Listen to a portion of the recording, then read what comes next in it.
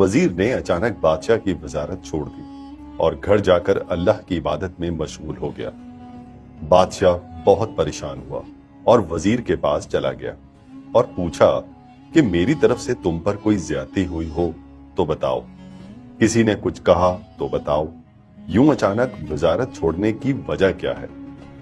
बादशाह सलामत बोले, मुझे वैसे वजीरों की कमी नहीं, लेकिन मैं वजह जानना चाहता हूं।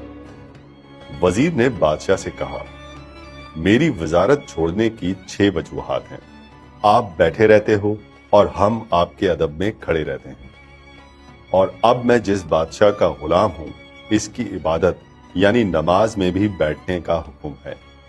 आप खाते रहते हो और हम खड़े देखते रहते हैं, और अब मैं जिस बादशाह का गुलाम हूं, वो भूख से खुद पाक है, लेकिन हमें पेट भरकर खिलाता है। आप सोए रहते हो और हम जागते रहते हैं और आपकी हिफाजत करते हैं। अब मैं जिस बादशाह का गुलाम हूं, वो नींद से पाक है, वो जागता है, मैं सोता हूं, तो वो मेरी हिफाजत भी करता है। हमें डर रहता है कि हमसे कोई गलती हो जाए तो आप हमारा सर कलम कर दोगे, और लेकिन अब मैं जिस बादशाह का गुलाम हूं, जितनी भी गलतियां हो जाएं, माफी मांग लो, वो माफ कर देता है।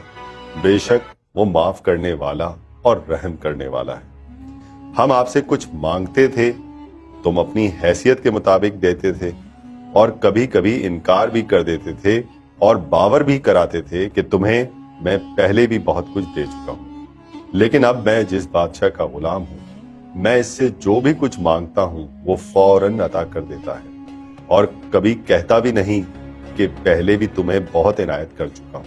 हमें हमेशा ये डर रहता है कि कोई दूसरा बादशाह आपको शिकस्त देकर आपको कत्ल करके हमें कैदी कर ले या हमें भी मार न दे।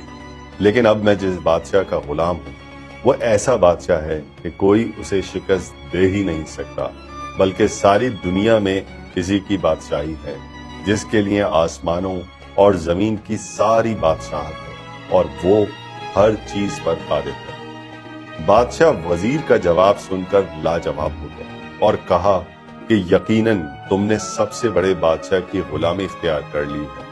मैं भी कोशिश करूंगा कि इसी का गुलाम हो जाऊं। अल्लाह अकबर।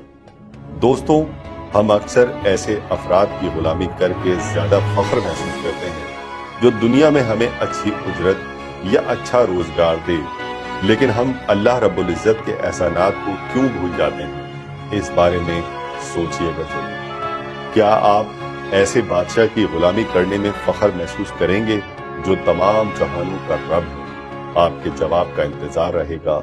इंशाअल्लाह फिर किसी नए मौजू के साथ हाजिर होंगे। तब तक के लिए अल्लाह हाफिज।